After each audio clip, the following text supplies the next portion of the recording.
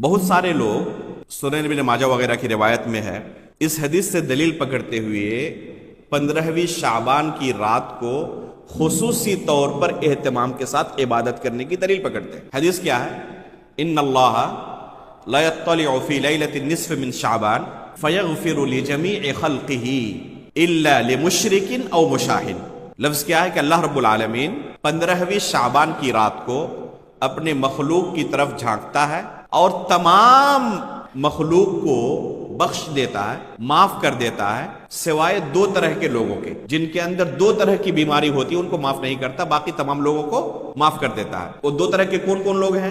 مشرک اور مشاہن، یعنی جن کے یہاں شرک کی بیماری ہے یا جن کے دلوں میں اپنے بھائیوں کے متعلق کینہ کپٹ بغض و حسد ہے، ان کو معاف نہیں کرتے۔ یہ حدیث ثابت ہے یا ثابت نہیں ہے، ضعیف ہے، اس بارے میں اختلاف ہے۔ بہت سارے محدثین کے نزدیک یہ حدیث ثابت ہی نہیں ہے، ضعیف ہے۔ بعض محدثین کہتے ہیں نہیں، حسن درجے کی ہے، قابل قبول ہے، اسے ضعیف نہیں کہہ سکتے، جیسے کہ شیخ البانی رحمہ اللہ نے اسے حسن کہا ہے۔ اگر ہم اسے حسن ہی نہیں بلکہ ایک دم صحیح مان لیں، 1 منٹ کے لیے ہم تسلیم اگر یہ بھی کر لیں کہ صحیح بخاری کے درجے والی حدیث ہے، پھر بھی کیا یہ حدیث شب برات منانے کی دلیل بن سکتی ہے؟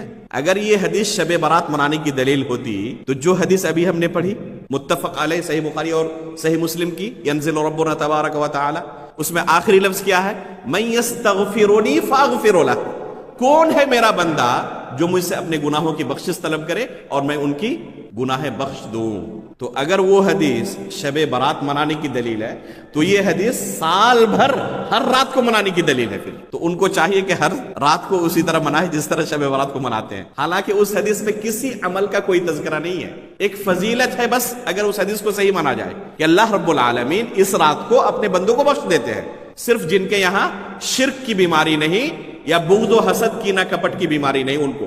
اس میں عمل کے لیے بھی نہیں کہا گیا کہ تم مغفرت طلب کرو تو اللہ تعالیٰ معاف کریں گے، اور اس حدیث میں تو باضابطہ عمل کے لیے کہا گیا ہے کہ کون ہے میرا بندہ جو مغفرت طلب کرے، کہے کہ اللہ مجھے بخش دے تو میں اسے بخش دوں۔ اس میں عمل کے لیے بھی کہا جا رہا ہے، پھر بھی آپ سوئے رہتے ہیں سال بھر۔